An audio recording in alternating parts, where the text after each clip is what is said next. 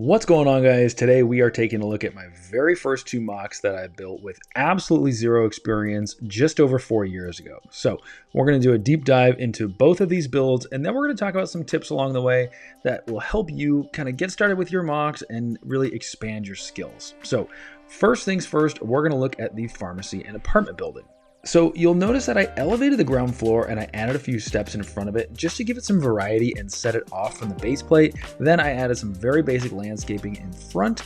You'll also notice that the front facade is symmetrical, and this is a tip I like to employ in some simpler mocks just because it helps you only have to design half the building and then just duplicate it from there. Up top, I added a row of windows, and early on my go-to move was always just to add windows if I didn't know what to do. Now, next tip is to create some separation between your buildings. Create a little alley. You can see I kept it very simple here with the white and green awning, and it adds some nice detail to the sightline. Now, the second floor was really the driving force behind the whole build because I just wanted to use a lot of olive green masonry bricks. So if you have a particular element you want to focus on, just go to town with it and let that be the driving force behind your vision. Now, you can see with the roof, I went with a very simple parapet wall. I recommend in the beginning keeping the roof flat. Put some simple detailing on the edges. It doesn't have to be super complex because honestly, roofs are a total pain and I still hate doing roofs.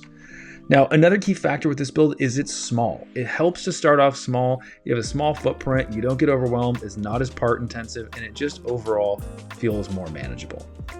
Now, a quick look at the back shows us a very simple backside. I've used these large 1x6x5 panels and a simple window design. And again, my go-to was, when in doubt, add windows. Now, let's look at the small apartment. This one was a really simple design, being just 10 studs wide with some simple white framing. And again, I wanted to use the dark tan masonry, so that was the main focal point for me from an element standpoint. Again, we've elevated the entryway, and then I added some very simple potted plants and added a little bit of contrast with the black lattice fence pieces. Just like the other build, the alley is very basic with just some tan bricks and a black window to break things up. Now, keeping with the idea of symmetry, I kept the exact same design on both floors, but on the second floor, I added that little windowsill using the same black lattice pieces for some part consistency. And then looking at the roof, I just capped off the white outline with some white slopes, created a little bit of depth with the archway and the dark tan masonry bricks behind it. And again, this build is extremely small, which really helps. So looking at the back, it features some mismatched railings and again, some more part consistency. I like to add little balconies in places where you can activate it with minifigures.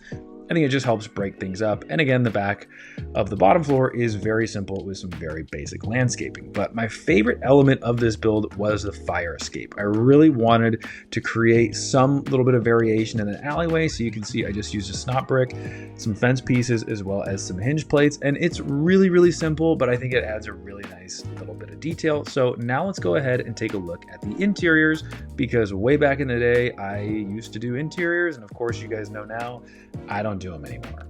So the ground floor of the pharmacy features a nice little plaid floor detail, some basic furniture. I actually really like this flooring detail, and it makes me want to go back and do that to some of my current builds because it does look nice when you look at it from the outside. So the second floor has a vacuuming stormtrooper and my favorite citizen brick tiles, as well as a very simple shower and a little bedroom. So moving to the ground floor of the apartment, you can see I had an obsession with minifigures vacuuming apparently at this time. Also added a little fireplace, a flat screen, and then my attempt at a Lego painting of the beach. And then the second floor has our beekeeper, I guess, working at his honey with a little makeshift table. Honestly, who knows what I was thinking at this time? It was COVID, and you know, that's all you have to say. All right, so now let's go ahead and take a look at my second ever mock, which is a bit more exciting, and this is the coffee shop. So my biggest tip with this build is just have a vision. I built this in 2 sittings in a weekend, and the entire time I had a very clear idea in my head of what I wanted to do. That's not always doable with most builds, but it is certainly helpful if you just have an idea of certain building shape, color scheme, and a couple particular elements that you want to incorporate in.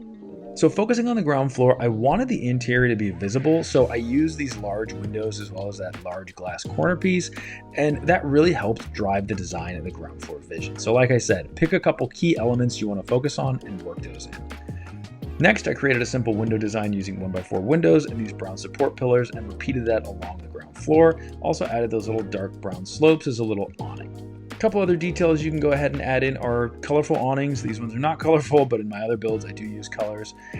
I also like to do brick built lights. Whether you're going to light up your build or not, I think it just adds some variation and makes it look a little bit more realistic. Again, with this build, I also added a fire escape and even created a separate entrance for the second floor residential because again, it just helps to fit some context into the build and make it look more realistic. Another recommendation is consider signage, whether brick built like the coffee cup or custom signage like I had my wife create for me. It again just adds a certain level of realism and makes your build stand out, especially if you do custom signage. Now looking at the second floor, I created another window section with these pillars, brown windows and the dark brown palisade bricks, and when in doubt, always use jumpers to create some offset and some depth in your build. It really helps just not have so much of a flat wall.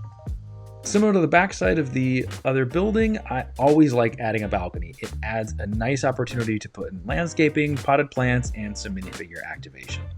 Now to contradict one of my earlier points, sometimes it's good to add some asymmetry, and that's why I added this little bump out window just so that the walls didn't feel entirely symmetrical and it makes it a little bit more interesting during the build process.